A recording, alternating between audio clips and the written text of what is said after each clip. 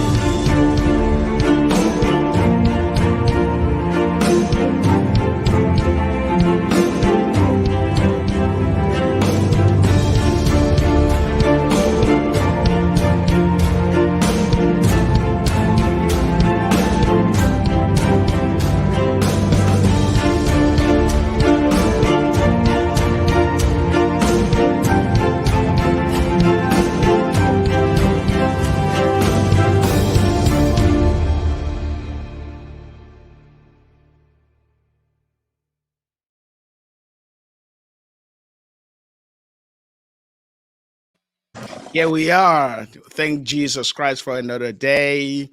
And we all know that the current health pandemic and other unforeseen factors might seem to pose a serious threat to the national development of our homeland, Liberia. However, some Liberians find it necessary to make Liberia better by creating a viable private sector ranging from investment in human capital for business opportunities and sustainable economic growth to developing young minds through quality education. Liberia-US Ambassador Patten, George Patten, is here as a special guest today to explain to us or to you, our global audience, the essence of the business forum that will be coming up in, that's about next Wednesday. And of course, he has a whole lot to give you here. So please pay attention. And Reverend Suah Deddeh, Ambassador Patten, he's a man of faith, and he is planning, or he has planned this whole forum to bring Liberians together to discuss about the business climate in our homeland. Isn't this a worthy initiative? Oh, certainly, it's a worthy initiative because you see, you need others to help you improve yourself and grow. You cannot be an island unto yourself. So this is a very a lofty initiative, and since it's a matter of faith, we'll keep it in prayers. So we're combining prayers with physical action because our faith with all works is dead, and I'm glad he's doing this. So for us who are also Liberians and have this platform, it is good to have them, the ambassador and other people to come and share and educate us and inform us on initiatives back home so that we can contribute the best way possible. So we are glad to have him today. I'm happy that we have him. And we look forward to a blessed, instructive, honorable, and rewarding discussion today.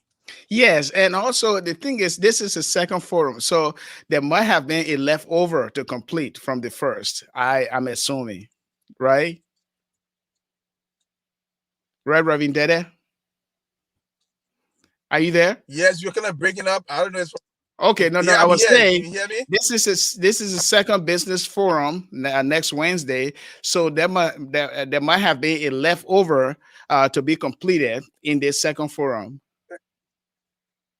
Yeah, I tend to agree with you because whenever you have the first one, you come with the second one to do those things that you couldn't have done for the first one. So and maybe there will be the third and the fourth. And the more sessions you have, the better it becomes because you build on where you started and where you are. So indeed, I really want to thank God for the ambassador for what he's doing. And I look at a lot of us.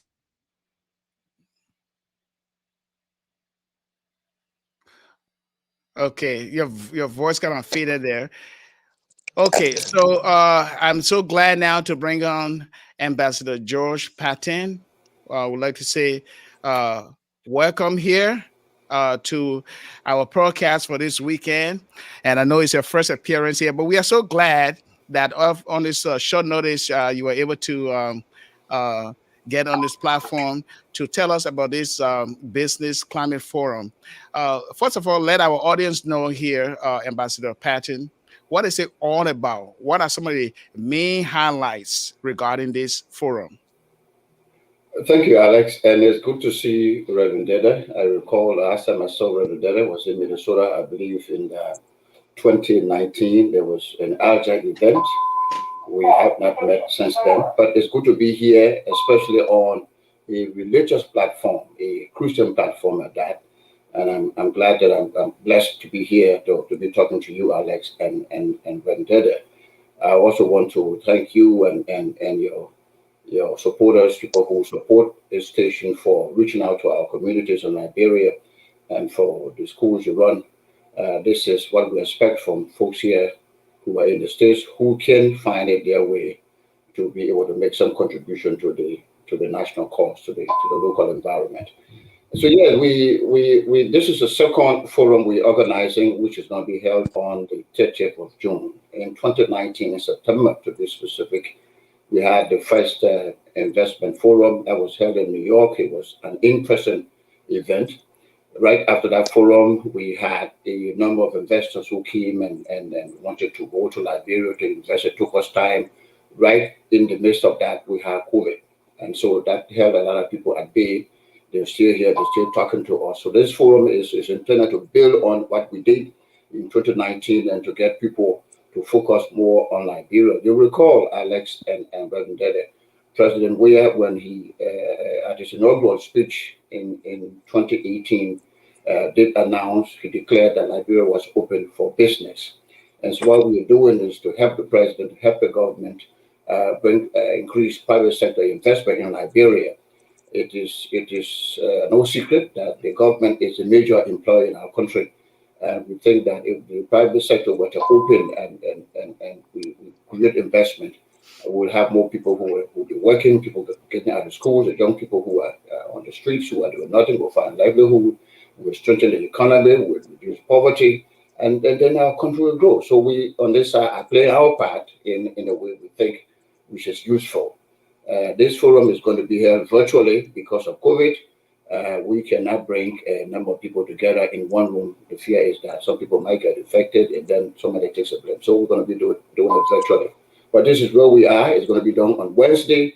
We want to encourage our folks in here in the States, in the United States, in Canada, because it goes across the border to Canada as well. We are in touch with our people, reaching out to businesses in this event. So we hope it will be a success. Not only that convening it will be a success, but also that after the event, that we'll have people go into Liberia and make an investment in our country. Okay, so I understand you had the first forum, and is going to be the second one. So, Yeah. what you did not accomplish in the first, or what did you accomplish in the first that you want to finish up in this second forum next Wednesday? We did accomplish a lot in the first forum. As I indicated, we had a number of people going to Liberia who came to my office asking questions on how to proceed with investment in Liberia. We guided them, but as they were preparing to go, COVID came in. So this forum is going to build on what we did. People that are still here, who are still who have not made up their mind to go, we're still talking to them to be a part of the event that is coming up on Wednesday. And we hope at the end of the day that we will be able to convince them to go and invest. Okay, and so, but what are some of the things that people have told you about their hesitation to invest in our Well, country? after 2019, the very first thing what people were concerned about security, we were talking about stability, and we had just come out of these demonstrations in June, and the forum was held in September. People pay attention to that. They wanted to be sure whether the environment was safe enough for investors, especially from the United States, to go in there and invest their money into the economy. We did give the assurances that it was safe. There hasn't been any event after that, even though by December or so, there was this conversation about a new demonstration. They also pay attention to that. Then right after that, COVID came in. So it delayed some of them who wanted to go. Now that we have all of that behind us, COVID somehow is subsiding here in the States, and we hope it does in Liberia. Recent developments are given a cause for concern. We hope it will go away soon. And so we're looking forward to having them come back and go on to invest in our country. Reverend Deddeh?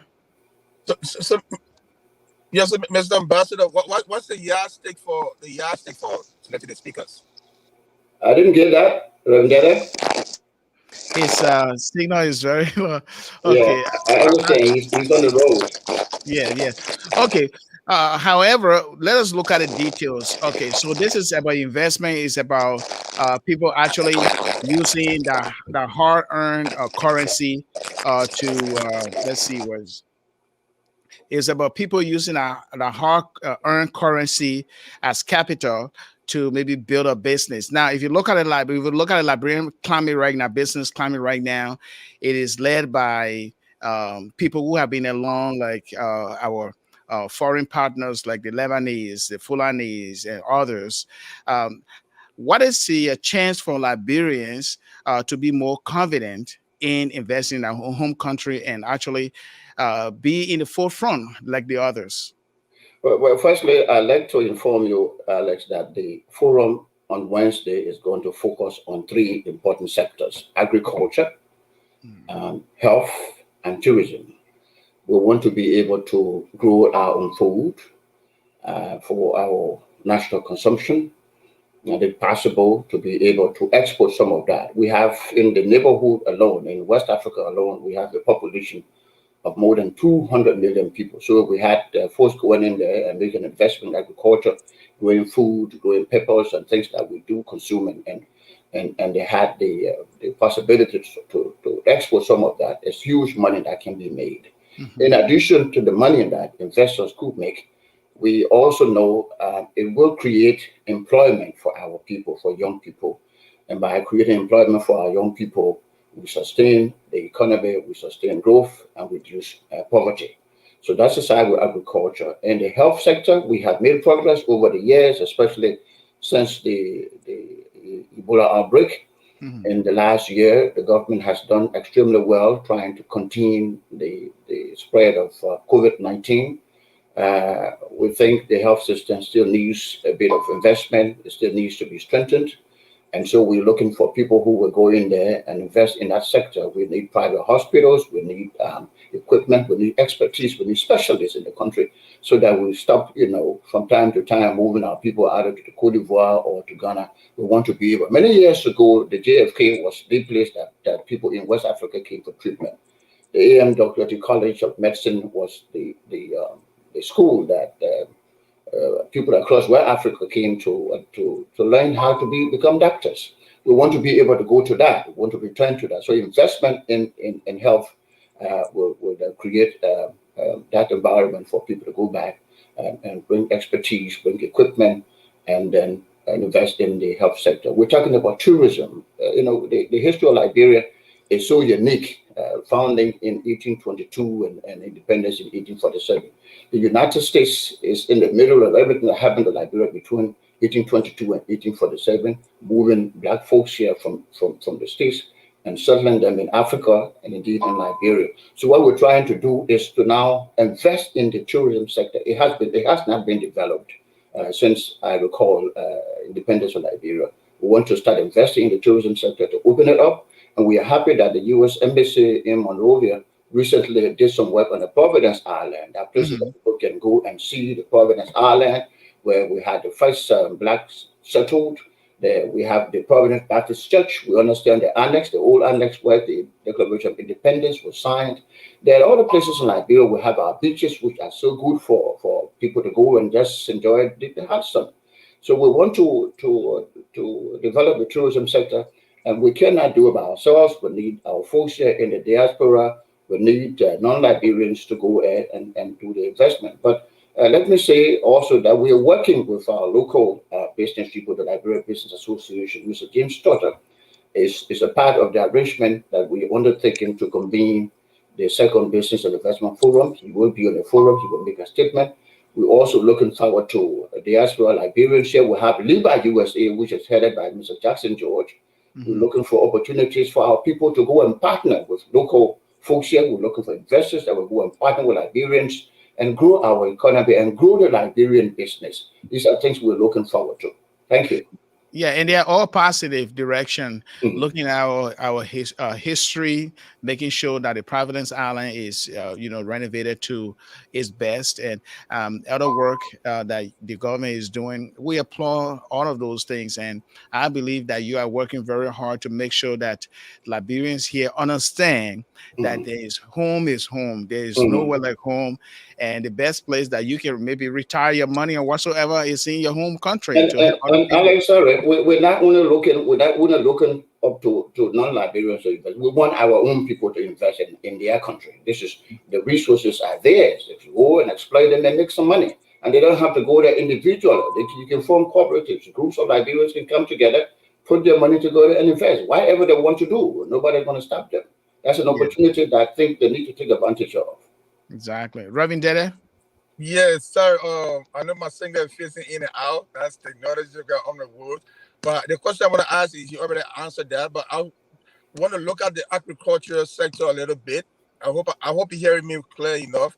Yes. When I was growing up, we had subsistence farming where our parents would go on and farm, have their produce, they either eat it themselves or sell it to the nearby communities and localities.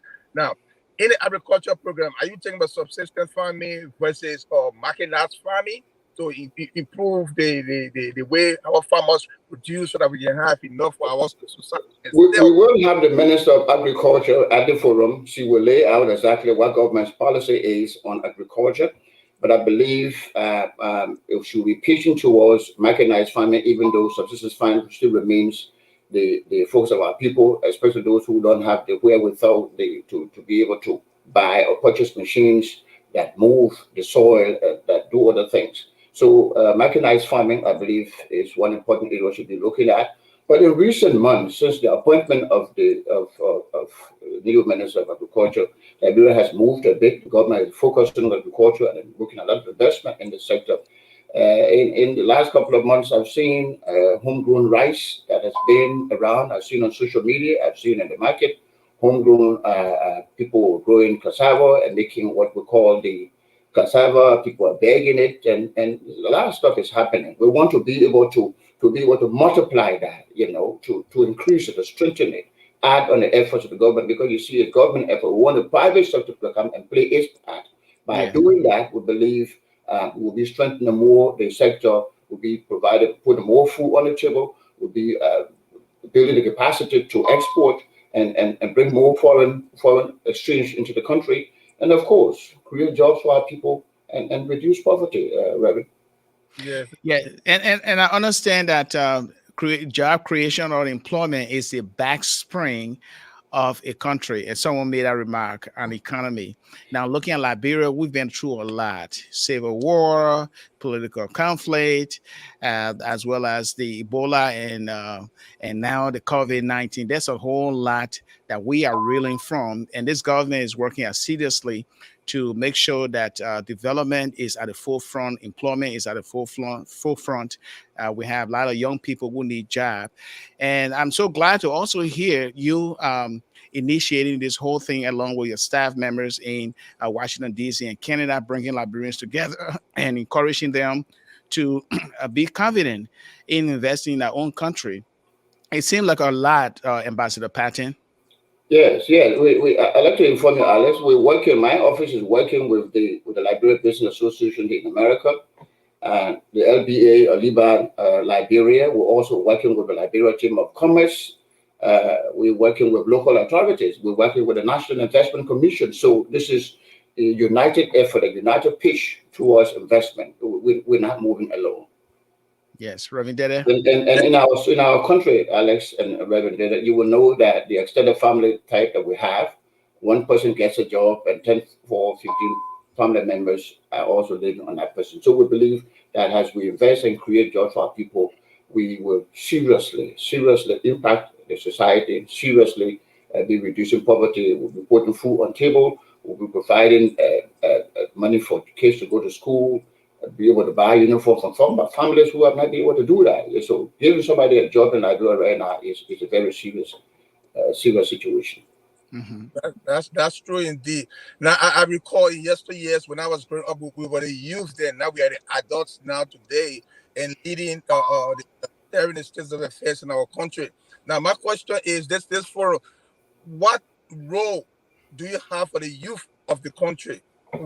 How will you describe the participation in the forum so that when we are going tomorrow or when you are going tomorrow, they can step into the picture? Well, we have. I'm not sure we have a youth component in this forum. We didn't. But what we did, Mr. Deddeh, we've had the entire government that's participating, that is supporting the forum. It is likely that the chief himself will be in the forum, President where I mean. Might attend the forum. We'll have the Minister of Foreign Affairs, we'll have the Ministers of Finance, Commerce, Agriculture, Health, all participating in the program. And in addition to the Chamber of Commerce, Mr. Oswald Twe, Mr. James Trotter, and we will have the local business community in Liberia also participating in the. I'm talking about people in the hospitality sector. People I know Libasa is on our list. They will be providing some expertise, some statement during the event. So it is broad. It is our hope that at the end of the day, because to create investment, to create the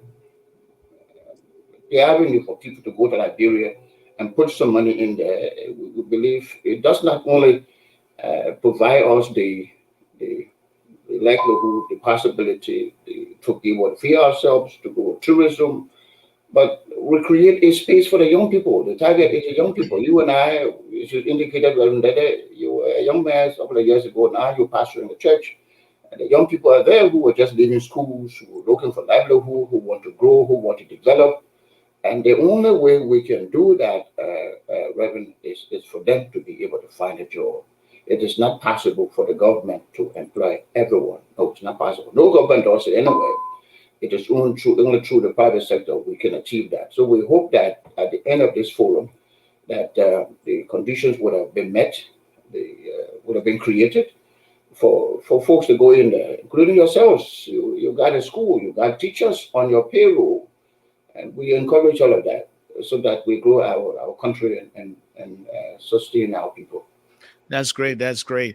And if you're just joining us, this is the Gracious Hopes live broadcast on KMTV with Bible teacher Alexander Red and Pastor Suah as Deddeh. And our special guest here is the Liberia-US Canada ambassador, George Patten.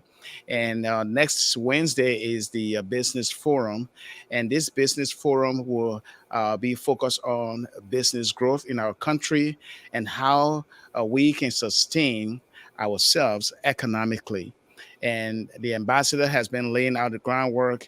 And so next Wednesday is going to be a virtual conference, which means it's going to be maybe via Zoom or any other technological way to get people together, and the people within the government serving the government, as well as people in the private sector who have interest in investing in our home country, will be part of this forum. And the ambassador has been working very hard to lay out the groundwork, and this is his second forum. So, if you're a Liberian who is listening right now, you may want to contact the embassy in Washington D.C. to see how much you can contribute, because it's your homeland. Home is home, and that's what we got. And we all have to make it a better place. It's not about politics; it's about how we can employ people, how people can work. Your family member or any other person that you might know in Liberia who is looking for a job. I mean, this is how the climate or the atmosphere is created in order for Liberia to be a better place for each and every one of us. Now, Ambassador, just before you go here, you have been going through a whole lot. You're a man of faith. And from what I understand, months back, you were hit with the COVID. You survived for that. And I call you a survivor. Yeah. So how are you faring right now, Ambassador? Tell us, how are you doing now? Look at I, all what I, I you've been can through. I can only thank God that I am here and having the opportunity to speak with you, Alice. I came very close to death. It is true. I was hospitalized with COVID. And sometimes when I tell people, they're trying to laugh at me, friends of mine laugh, that I saw death. Hmm. And let me explain to you what I mean by that. Okay. In my sick bed in the hospital, there were a couple of times it would appear to you like a dream. All friends of yours, people that you know who died a long time ago, will come to you in your hospital bed and they tell you to follow them, encouraging you to follow them. And at one point in one of the dreams, Alex, there was a huge plane sitting down, and I was being encouraged to get on that plane. How come I didn't get on that plane? How come I didn't follow them? It's only God who knows. But clearly, my thinking is that's how people go to sleep and they don't come back. Yeah. I am able to explain this because I came back. Mm-hmm. Those who didn't come back could not explain it. And I believe exactly that's what happened to them. Followed Yes. people they knew before who passed away, got also on some kind of vehicle or were on some huge plane, went to some place they didn't even know where they was going, and they got stuck. They couldn't come back. And this is death. I Yes. saw that. So it is God who brought me back.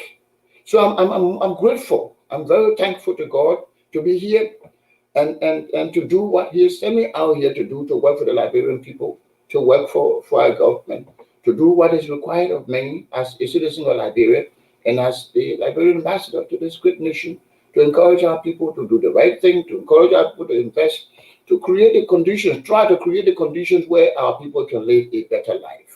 And this is what I will continue to do. And I'm so glad to be on this religious station, on your platform, Alex, and to be saying this. I'm so thankful to God. Very Yes, thankful. we are so glad to hear your testimony, and now this I believe reaffirm your faith in our Lord Jesus Christ, Yes, and I yes. believe it is. I'm a Baptist deacon. I grew up in a Baptist church. My church is still in Logantown. I served in the Baptist youth, came up through the ranks, and I became a Baptist deacon. At some point, I was preparing myself to be a pastor. Hmm. Then I got into the foreign service. It's taken me all over the place. I've had the time to begin to focus on all that, but I've not lost my faith.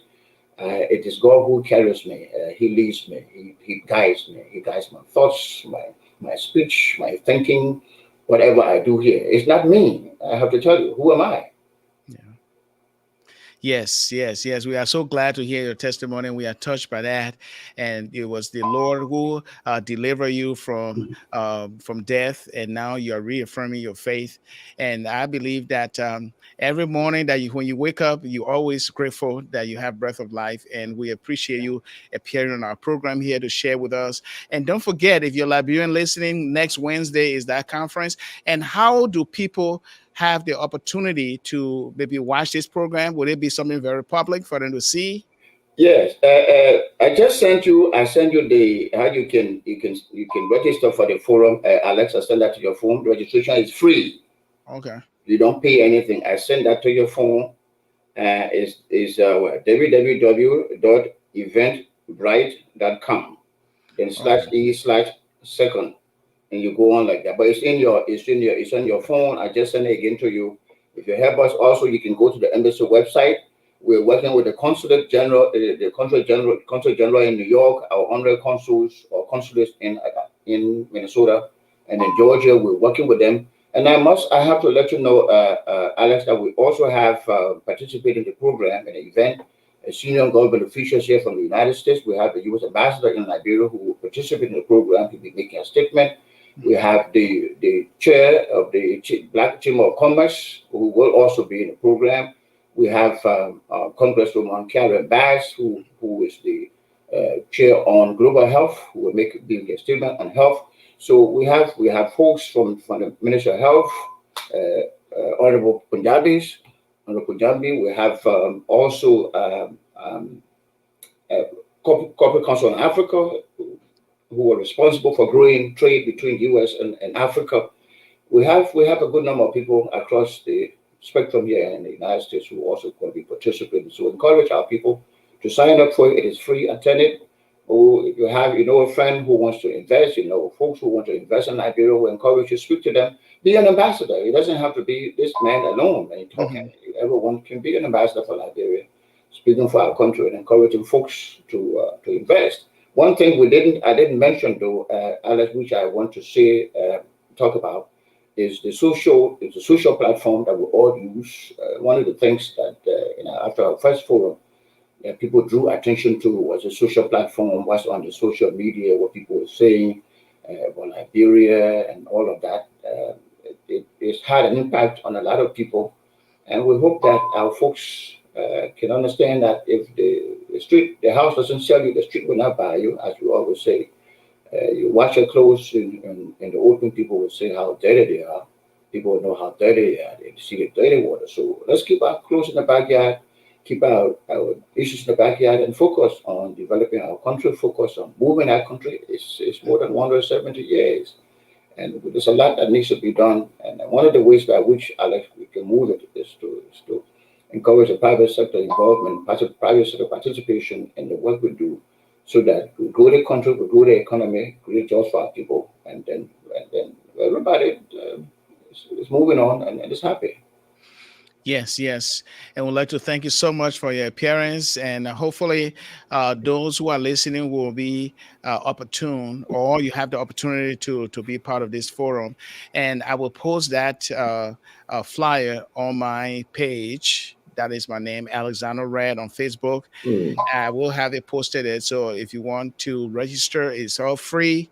And of course, you will be able to be part of that forum to watch it live as well.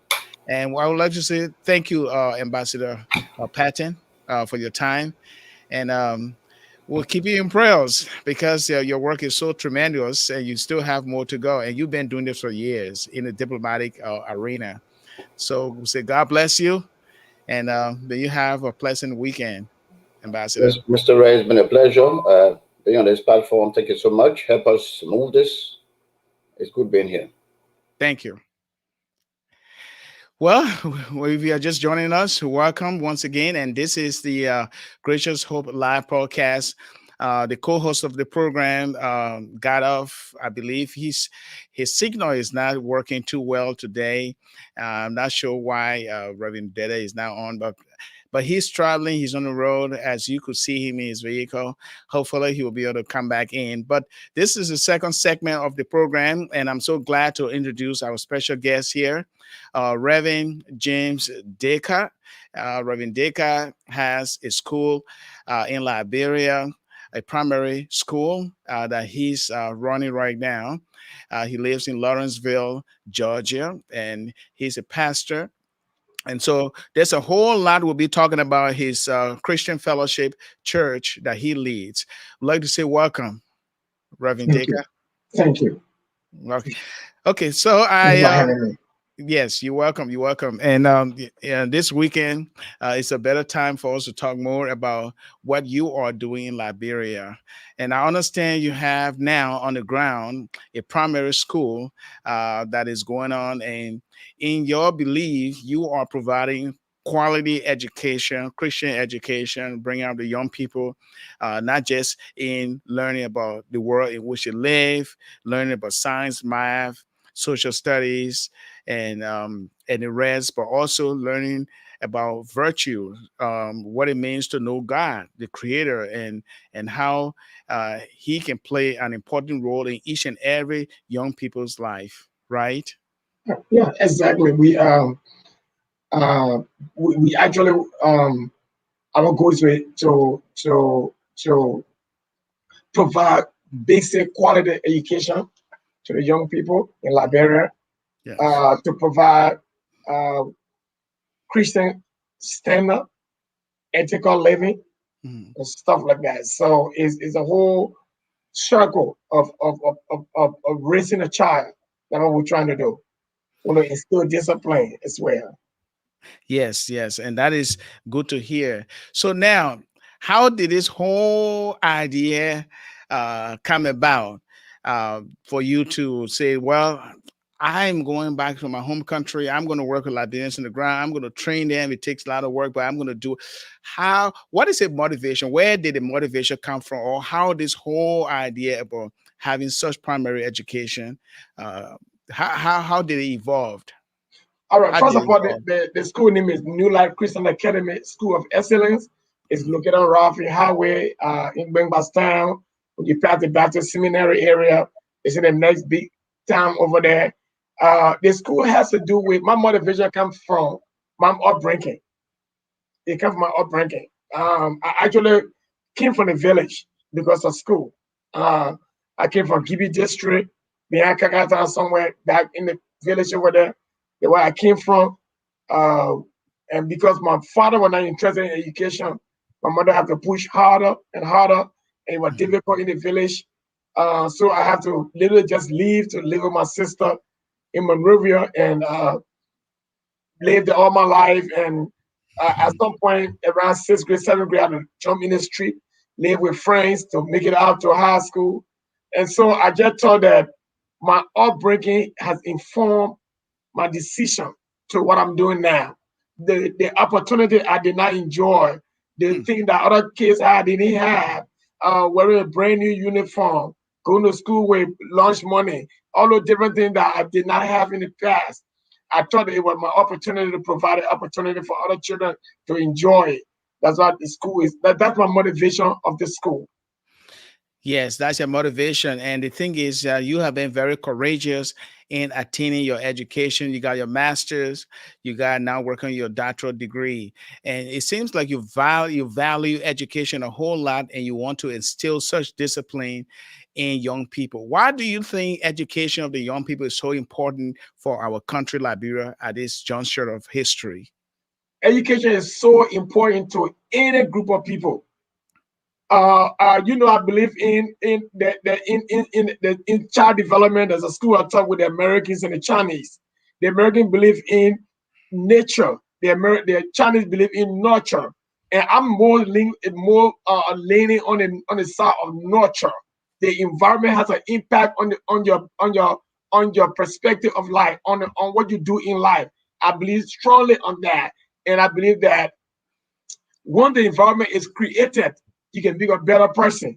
If I were, for example, stay in a village and when I was born, where my parents were, I would have been in the village and just be a farmer, maybe being dead. But because I Mhm. left the village and I came to the city back in 1975 and continued upward, I'm who I am today. Though I was born probably with some intuition or with some DNA that could make me a better person, but the environment shaped my destiny, informed who I am. And so I think that it would provide the right environment for the children in Liberia. They can be better leaders. As a matter of fact, our motto is a good beginning for a better future. So when we give you good beginning, we can guarantee that you may have a better future depending on the way you respond to the good beginning. Yes, and I also believe that because the child education is very important in relation to the environment, and I believe if a child grows up in a very enabling environment and that child is nurtured with the right education and realizing that his or her life is meaningful in the light of God as a creator, yes, it can also shape the destiny and the identity of that child. Will you agree with Absolutely. that? Absolutely, absolutely, absolutely, and that's exactly what we are trying to do. Because just be going back and forth and talking with the teachers and talking with the students and see what's going on, it gave me a whole perspective of what we need to do. Is a lot we need to do. Okay, let me just give an example. Mhm. I went to high school in Liberia. I started college. I went to college in Liberia. My first degree is in Liberia. We were coming here, going to school for masters and working on a doctorate program. I can tell you, in Liberia, the education that we were given was just a big picture. And when I came to America, I had to do the details. And so what we're doing, what we have been doing in the past in Liberia was just providing the big picture. You get this book, you get a few chapters out of the book, you do a pamphlet, and the child does that book, and you see you're done with the book. And then you come over here, you got to do the book page by page. So we Yes, were just giving, yeah, we were just giving the big picture, but coming to America, you got to do the details. And this is yes, what I want to do. I don't just want to give the big picture, I want to give the details. I want to do a book where every page there come a question for your test on every page. That yeah. means you'll be forced to read the book. But I can tell you right now, there are a lot of people who graduated from college and high school in Liberia. They can tell you they did this book, but go back to that book. There are some things you're going to tell them. It's going to be absolutely strange to them because the education was just a big picture and not the details. Yeah, details and reading is a very big problem in Liberia, and Absolutely. most of the schools there. I believe if we could promote that literacy when it comes Mhm. to reading, it is very important. So, looking at your school, let's look at the school that you have in Liberia right now. You talked about the location of the school. So, how many people have you trained so far as teachers and administrators that are running the school? Okay, so right now I have up to 26 employee over there, up to 26, and I have two secretaries, I have two janitors, and I have the rest of them work with the school directly in the instructional area, the principal, the vice principal, all those people. They as a matter of fact, one of my requirements is you have to have a C certificate.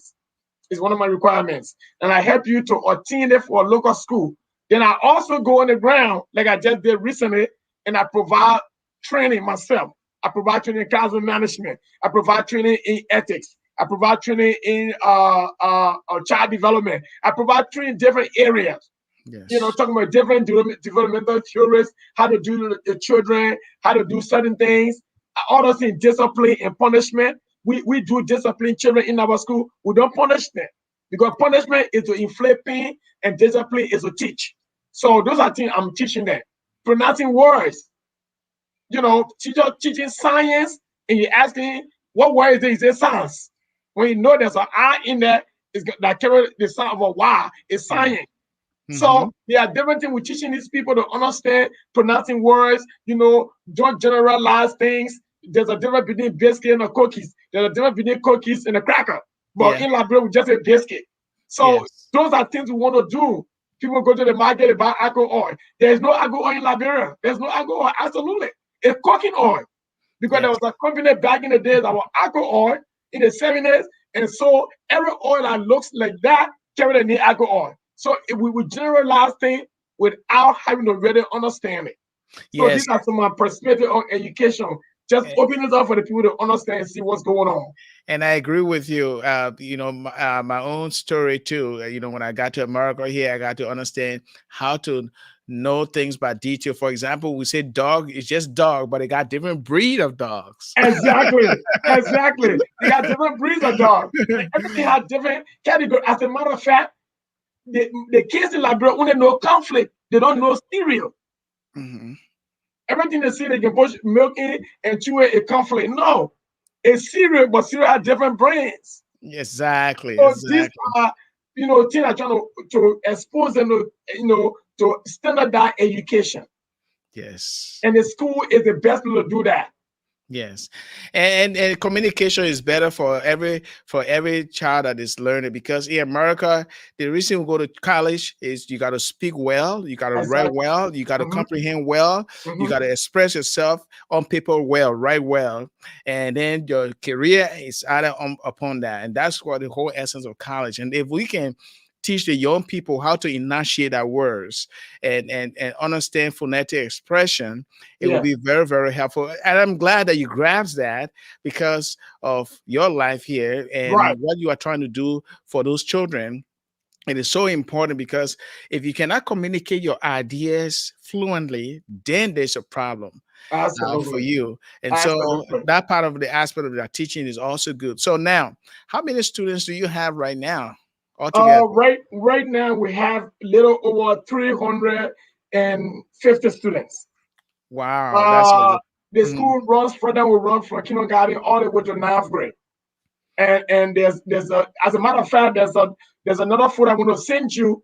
We're building another building which will host our library and the mhm, computer lab. Because the demand is so high. We started with that building. I sent you the other day with that building. But mhm. as the school opens up, more people begin to come in.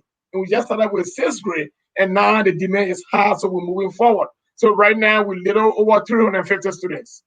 Wow, that's a lot of students to take care of, Absolutely. and and the demand is getting higher and higher now. To pay staff and to run the entire affair of the school, it takes a lot of resources.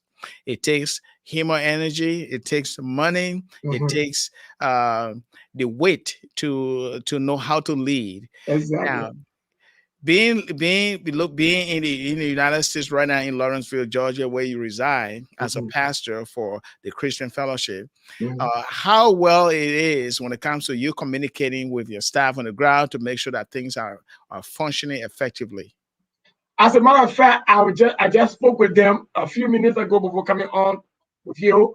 I speak to them every day, and I can tell anybody running school in Liberia, because I'm in the school business. Running school in Liberia is like it got to be hands on. You got to be on it. You got to be calling in the morning, calling in the afternoon, talking with principal, talking to teachers, talking to director, see what's going on. So this is how I do it. I make sure I'm not out of the loop. I am in the loop. I gotta make sure what's going on daily at the school. So the school Hmm. has their own phone. We do not use individual phone. The school has their own phone. That phone has WhatsApp on it, it has direct call on it. We make calls, we have meetings, we talk to them, we see photo, we have video, stuff like that. So I want to make sure I'm aware of everything that goes on every day. I make sure I'm speaking with the principal. The vice principal has the instruction. How is the test? Are you reading over the test? Send me the test. Let me read it before you print it. I'm speaking with the principal. I'm speaking with student activities, dean for student activities. How the children doing? Are they coming in on time? Is anybody going outside the fence? Are they wearing their uniform? Stuff like that. So we are in touch. Besides that, all my staff, they have walking talking on campus where they communicate with each one another to know what's going on at a certain point in time. If the child is coming out of the fan, going out of the fan, security has to be informed, all the different things going on simultaneously. We Yeah. want to make sure that we're on top of our game. Yeah, and that's good. Are you going to do that just temporarily until the staff can be well ingrained or can be well functioning, and then you have a hands off a little bit, or are you going to continue all through until As your a matter last of breath? fact, it's a culture we're building. I'm in a transitional process. If I do leave for in the next 2, 3, 4 years, whatever it is, I want to make sure I'm on the ground having hands on. As a matter of fact, I go to Liberia every 6 months to make sure that everything I want to do is done. So I'm not just driving it out there and leaving people to do their own thing. As a matter of fact, as I'm talking to you right now, from May to this day, we let two teachers go. We fired two teachers Hmm. beginning May the 15th till today. We fired two teachers because we got policy.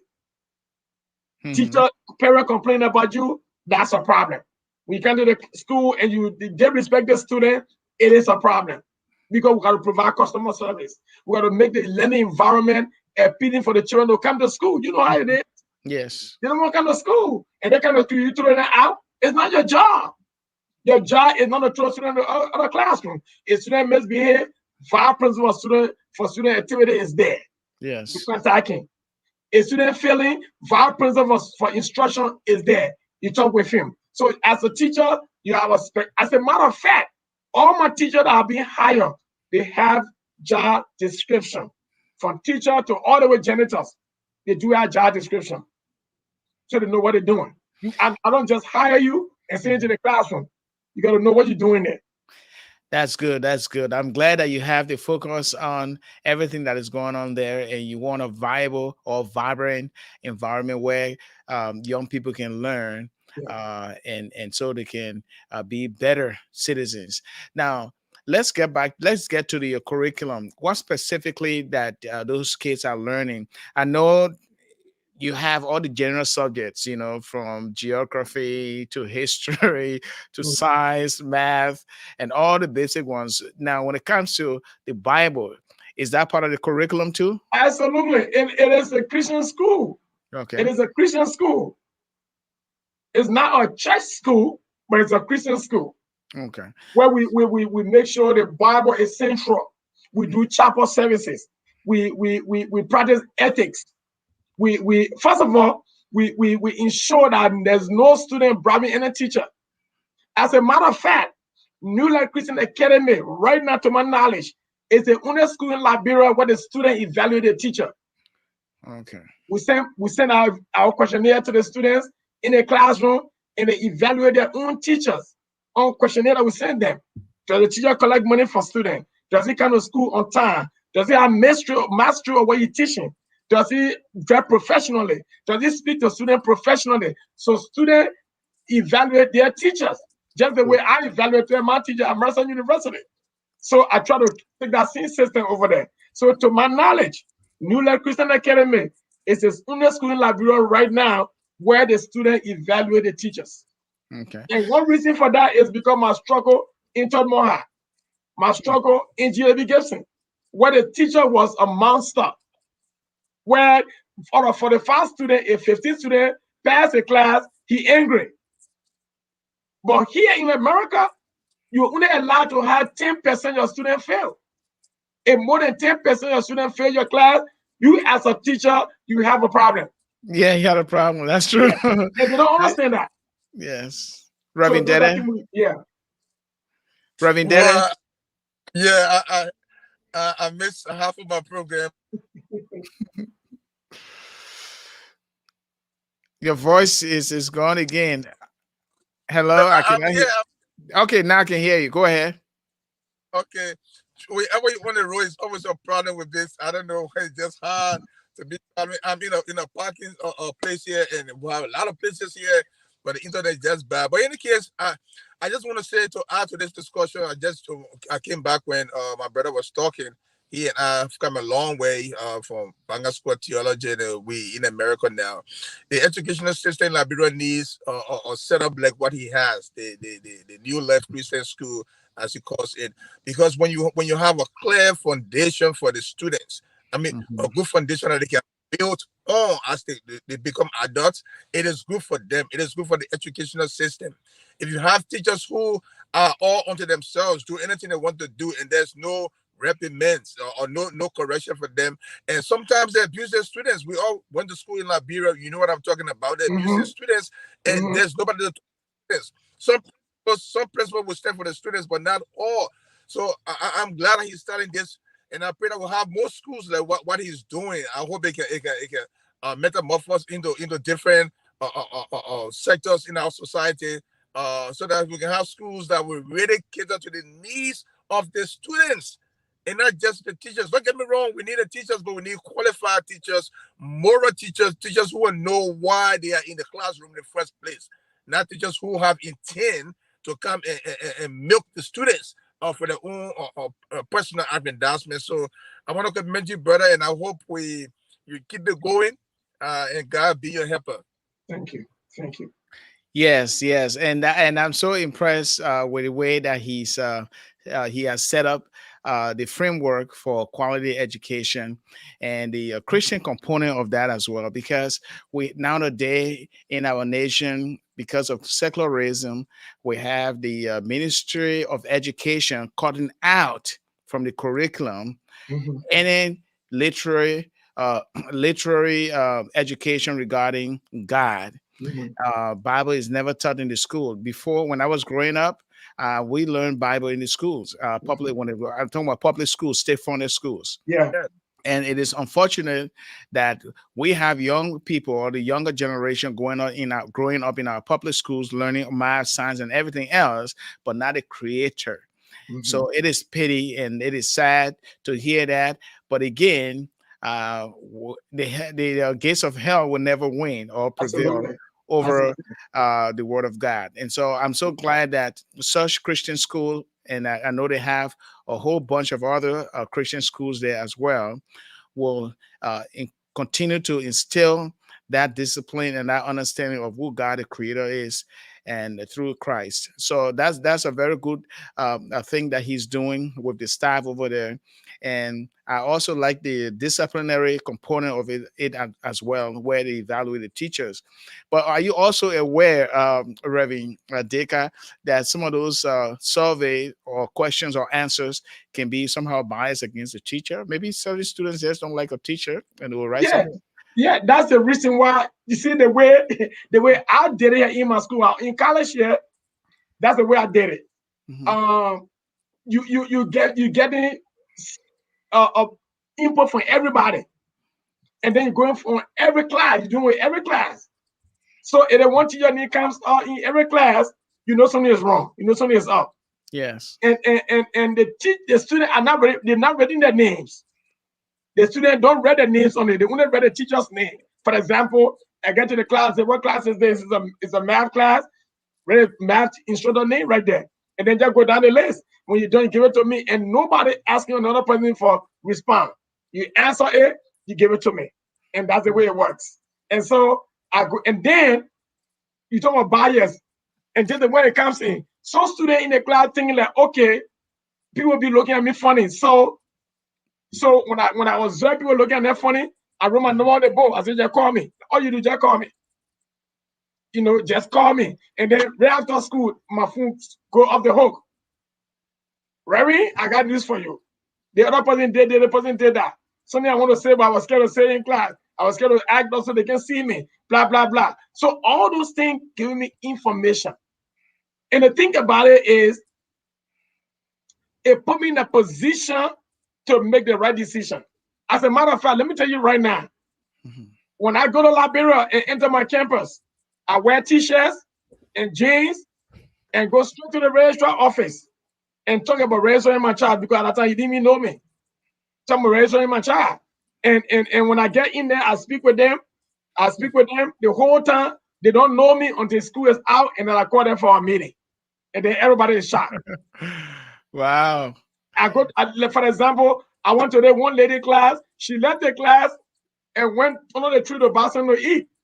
And I went to the class too, right there at the door. And the kids were going up and down, you know, being disrupted. When you got back, she didn't even know me. I said, man, I'm sorry. And I left.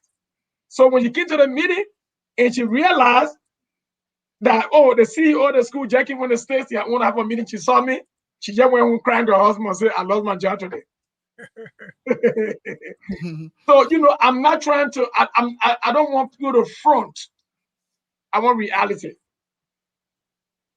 Show me who you are. You know, let's do the right thing. And don't get me wrong. I give people opportunity to make it back. Yes, yes. Yeah. That's good. Okay, well, our time is almost up here. And so when it comes to funding, how do you get your resources? Do you allow donation from people who have compassionate heart to help your school? Or what would you like to tell our global audience regarding the work that you are doing? The work that I'm doing is a great work. It's bigger than who I am. I'm looking for a donation. As a matter of fact, my brother and friend, I don't put you on the spot over there, Reverend Deddeh. He's one of those who, you know, do his best to help me when he can. And I want to appreciate him on the public platform. And other friends, but it's difficult doing it by yourself. It's difficult as it is right now. I'm raising funds for computers. If you have some computers, please give it to me. I can show you right now. As you can look in my office, you see books. You see a lot of books here. You see books all over here. You see books. So I'm collecting books. I'm collecting computers. I'm shipping stuff. I just recently shipped equipment for a marching band set. We need our own marching band. If you have anything that good for school, give it to me. I need it. Okay, great, great. And that is an appeal out there to you. If you're a Christian brother or sister watching us right now, he runs a school back in Liberia. And what is the location of the school? The school is located on Ralphie Highway in Wingbastown, right after the Baptist Seminary. The signboard is on the road, and the school is New Life Christian Academy School of Excellence.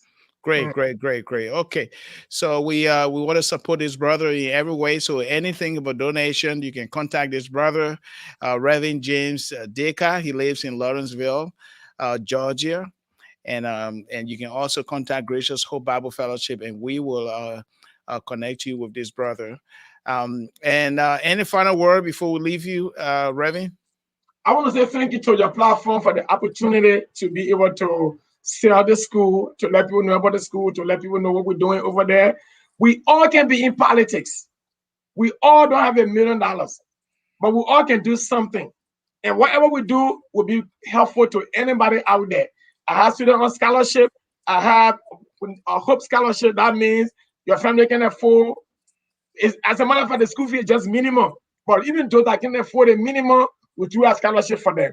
We have scholarship for athletes. We have scholarship for academics. So we need help. So if you can help sponsor one student, it's just $75 a year for student tuition and everything. A whole year is $75. I will appreciate that. Yes. That's not a lot. That's just the minimum we can do. If you have computers, please. If you have books, please. If you have whatever I can use in the school, I will appreciate that greatly. Thank you. Okay, we'd like to say thank you so much for coming, Reverend, and we'll be in touch with you. We are so glad that you were able to spend, a great amount of time talking about your initiative back home. And Reverend Suah, Deddeh, and I appreciate your time. And we'll get in touch with you again as you progress in what you are doing in Liberia. Thank you, and may you have a blessed weekend. Thank you. I appreciate you too. Have a blessed weekend. You and your family. Thank you, Reverend Deddeh. Have a blessed weekend. I appreciate you for everything you have done. Thank you. I appreciate you too, brother. All right. And this is how we end our weekend edition of the Gracious Hope Live podcast on KMTV. As you can see, Reverend Deddeh is on his way. He's traveling to a state. I believe there's a function going on. And let us not forget, okay, just on a quick note here, Moses Sandy's birthday was yesterday, I believe. And we just want to wish him happy birthday. He's a very good brother and friend. Moses S. Sandy, former president, immediate former president of AJA, the Association of Liberian Journalists in the Americas. Reverend Deddeh? Yeah, I join you. I join you in celebrating him. He deserves it. He's a studious young man who means business, who is serious about not just himself, but others around him. And those are the kind of people we should honor and respect and give them the flower while they are still alive. So happy birthday, brother. We know it is belated, but happy birthday to God. Richard's blessing be upon you. Yes. And thank you so much for listening. And we'll be back here next week and Saturday at the same time, 3 p.m. Central Time, 4 p.m. Eastern Time, and 1 p.m. Pacific Time. My name is Alexander Red, along with co-host Reverend Suah S. Deddeh. Safe journey, Reverend Deddeh, and may you have a blessed weekend. I gotta get back on the road now.